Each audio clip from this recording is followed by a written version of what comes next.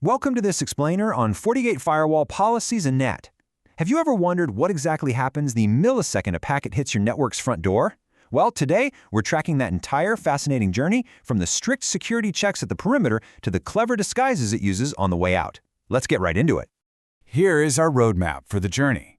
We're going to cover the firewall policy engine, the rules of matching, organizing your policies, deep inspection and logging, and finally, network address translation. So to really understand this journey, we first need to know the law of the land. Think of a firewall policy as the ultimate instruction manual for your traffic. Seriously, every single packet passing through a FortiGate device has to match a specific policy. It is mandatory. This set of rules dictates exactly where that traffic can go, how it gets handled, and whether it's even allowed in the building in the first place. Okay, Section 1. The Firewall Policy Engine, the bouncer at the door. Imagine the FortiGate scanning its policy list. It reads this list sequentially, strictly from top to bottom, looking for the very first rule that matches an arriving packet. And here's the kicker. If your packet doesn't find a match, it drops straight through the trapdoor of the implicit deny. That's a default policy sitting at the very bottom that automatically drops unapproved traffic. Absolutely no exceptions there. Moving right along, Section 2, the rules of matching, the VIP guest list. Now, for a packet to actually trigger a specific policy, close enough just doesn't cut it. It can't be a partial match. The packet has to perfectly hit all 6 of these criteria checkboxes: incoming interface, outgoing interface, source, destination, schedule, and service protocol. It's an all-or-nothing deal. If even one single criterion fails, the bouncer just moves right on to evaluate the next policy on the list. But wait, there is a bit of hidden logic going on under the hood in the FortiGate GUI. If you click the Show Logic button, you'll see labels like any of and any of. Basically, this means there's an implicit and relationship between the different categories: source and destination and service. You've got to match all those categories. But within a single category itself, there's an or relationship, meaning you can match any object inside that specific box. So for example, a user could be from the sales group or the finance group, and they're heading to web server 1 or web server 2. Make sense, right? When you're defining the source, you've got a couple of options. You can use standard address objects, an IP address, a subnet, or a fully qualified domain name. Or you can use an ISDB object, which is FortiGuard's dynamic database of internet services. But here is a huge gotcha. There is a strict either-or relationship here. You can use an IP address, or you can use an ISDB object, but you can never, ever use both at the same time in the exact same policy. Matching the destination works pretty much the same way, but with a massive caveat. If you're going to use a fully qualified domain name here, your FortiGate device must have its DNS servers configured flawlessly. The firewall literally relies on DNS to resolve those host names to actual IP addresses so it can read the IP headers. If your DNS goes down, your policy will completely malfunction and throw a warning message, so definitely keep an eye on that. All right, Section 3, organizing your policies, the manager's office. Before we start organizing, there's a quick administrative quirk you should know about policy creation.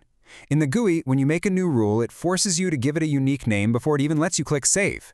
But if you're using the command line interface, the CLI, it actually lets you save a policy without a name at all. If you want that same relaxed naming rule in the GUI, you literally have to go into your feature visibility settings and manually enable Allow Unnamed Policies. When you're structuring this list, order is literally everything. Remember, the very first match applies, and the rest are totally ignored. Because of this, you absolutely must place your highly specific drop rules, like blocking one particular FTP server, at the very top of your list.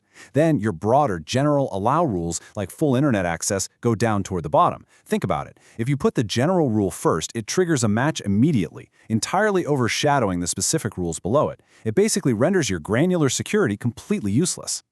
Now, as you're reorganizing that list to get the perfect top-down order, you're obviously going to be moving policies around. But keep this in mind. A policy's ID is automatically assigned the moment it's created, and it is permanent. It never changes.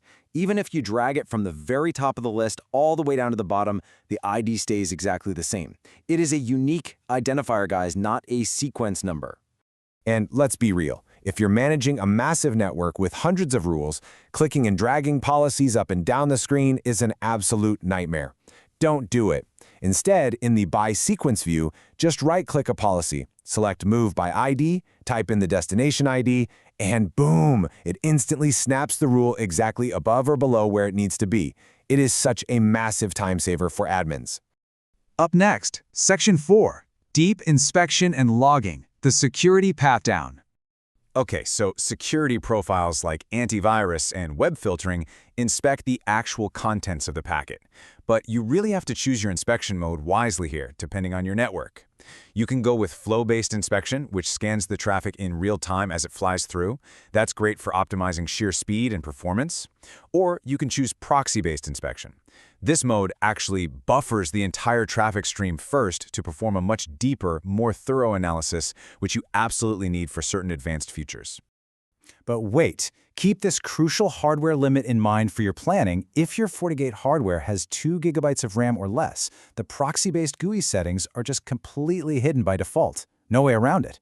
These low-end platforms are deliberately optimized to maximize security using the faster flow-based inspection, just to save on those limited memory resources. Naturally, we want a proper ledger of all this activity, right? Well, by default, logging for allowed traffic is set to security events. This means it only tracks traffic that actually triggered an applied security profile, like an antivirus scan. You can definitely crank this setting all the way up to all sessions if you need complete 100% visibility into every single allowed connection. Just be really mindful of the performance impact if you do. And speaking of performance, what on earth happens if your firewall is just getting absolutely hammered by malicious traffic being dropped by a deny policy? Doing a full top-to-bottom policy lookup for every single dropped packet burns through vital CPU cycles. But we have a brilliant little CLI trick for this, enabling SES denied traffic. This command actually creates a session table entry for the denied traffic, so the firewall instantly drops any subsequent packets for that session without ever reevaluating the rules. It saves massive amounts of CPU processing power, a total lifesaver. Finally, Section 5. Network Address Translation, the Disguise. So, Network Address Translation, or NAT, is all about swapping out IP addresses. Source NAT, or SNAT, translates the source IP of a packet. This is the disguise that hides your internal, private PCs from the outside world behind a public IP. Destination NAT, or DNAT, does the exact opposite.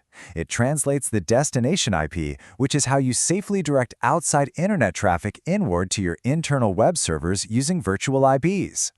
When you have multiple internal devices that need to share a limited number of public IP addresses, FortiGate handles the translation mathematically. It uses one of 4 IP pool types. Overload is definitely the most common. It lets many private PCs share just one public IP by assigning unique port numbers. Then you've got one-to-one for direct mapping, plus fixed port range and port block allocation, though those last 2 are mainly used in massive carrier-grade NAT deployments. And there you have it. That completes the life of a packet passing through a FortiGate firewall.